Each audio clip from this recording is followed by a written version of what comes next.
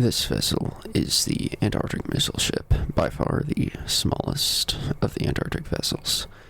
In spite of its smallness, it still has 5 anti-aircraft guns and 1 fully functional turret, though its size was nowhere near that of the far larger vessels it would be fighting. Its primary offensive weapon is, of course, its missiles.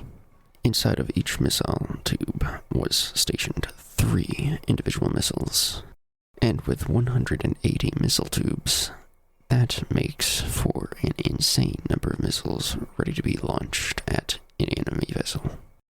540 missiles to be exact.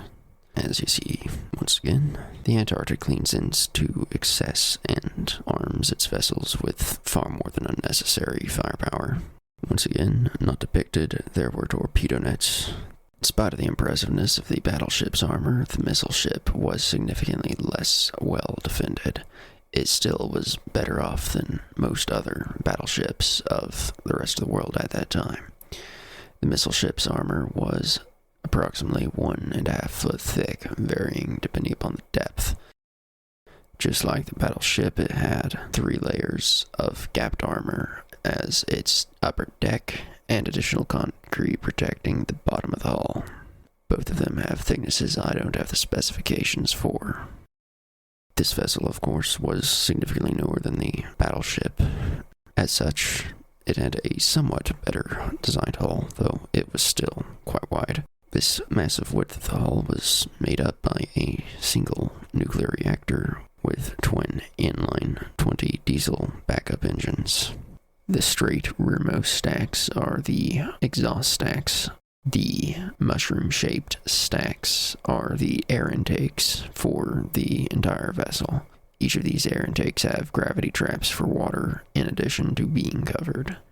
The exhaust systems additionally have their own bilges, which can be pumped just in case.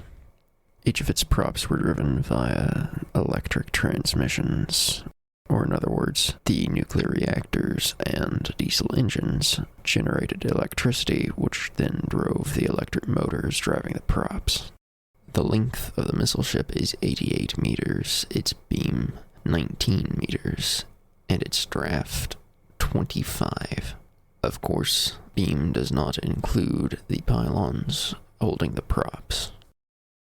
On the whole, this vessel was extremely capable at doing its job.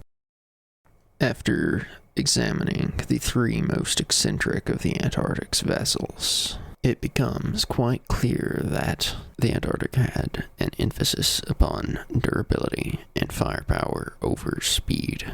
But do not forget about the Antarctic vessel's extremely high maneuverability, which was quite beneficial in the Antarctic waters, for in the winter months the Antarctic Ocean becomes insanely monstrous. Most European vessels would have been taxed to their utmost to remain afloat, and many, no doubt, would have been sunk, not by attacks from the Antarctic, but by the most aggressive waters of any of the oceans. Be sure to strike that like button, for you have no idea what it will do with an intact thumb. And subscribe to better educate yourself on how to best assist in preventing our nation from ever facing the weapons of this one.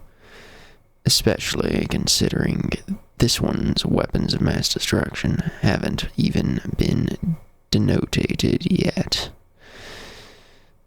There's so much more to come. I'll see you in the comment section.